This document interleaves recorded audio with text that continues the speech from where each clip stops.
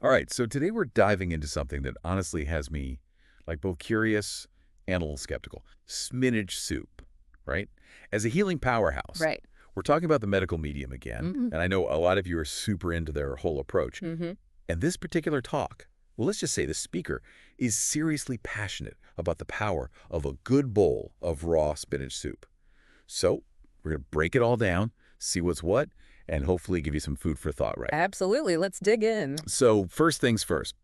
The big claim here, this isn't just some, oh, eat your greens kind of thing. No, not at all. This is like spinach soup is going to cure what ails you.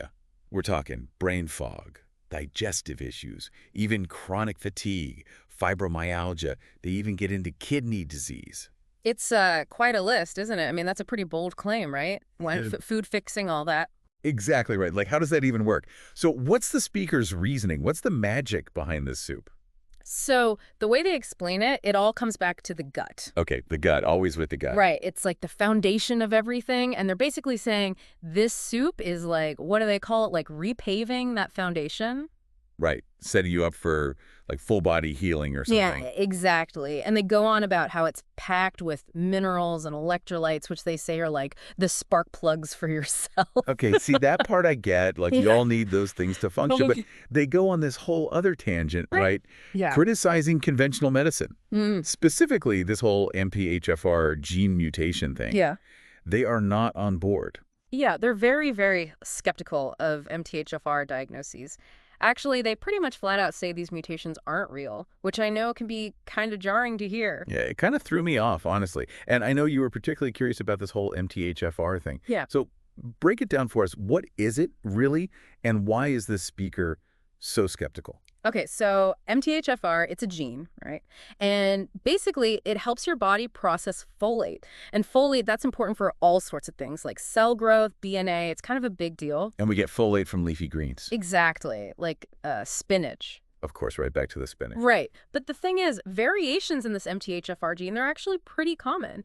And while some studies have shown, yeah, maybe there's a link to certain health problems, it's definitely not as simple as, mutation equals disease. Right. It's not like those at-home tests that tell you, what to eat and what to avoid based on a single gene. Exactly. It's way more complex than that.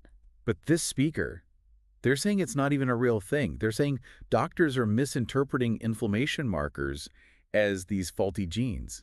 Yeah, and this skepticism, it kind of bleeds into other areas too. Like, they're not big fans of excessive blood work, say it stresses your immune system. And speaking of the immune system, this speaker, they really seem to have a thing about the Epstein-Barr virus, right? Like, it's behind everything. Right, they see it as this kind of like lurking villain just waiting to cause problems. So for those of us who might not be familiar, what is Epstein-Barr? Should we be worried? It's actually incredibly common. Like most people get it as kids. You might get like a mild cold, maybe mono, maybe nothing at all, but it can hang out in your body and sometimes like reactivate later, Mhm. which is what they seem super concerned about. And they use pregnancy as an example of this. Right, because pregnancy can temporarily suppress the immune system, making it easier for dormant viruses to like make a reappearance. That's why some women get cold sores during pregnancy. Okay, that makes sense. But it feels like they're using that to say EBV causes like way more than we think it does. You got it. And all of this ties back to their skepticism of like blindly following science. They think it often misses the real root causes of chronic illnesses. Okay, so let's bring it back to the spinach soup. Let's say someone listening is like, hey, I love spinach, but I think I might be allergic. What would this source say about that?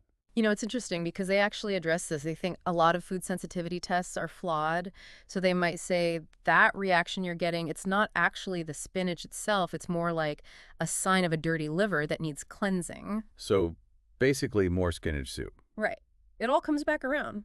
So to sum it all up, we just explored a viewpoint, and it's a strong one. It says raw spinach soup is a powerful tool for healing, especially within this medical medium framework, right? Definitely. Where it's all about the gut, whole foods, and maybe being a little skeptical of conventional medicine. And I think even if you don't buy into every single thing they're saying, it's still interesting to consider, right? There Mhm. may be something to this whole food as medicine approach. 100%.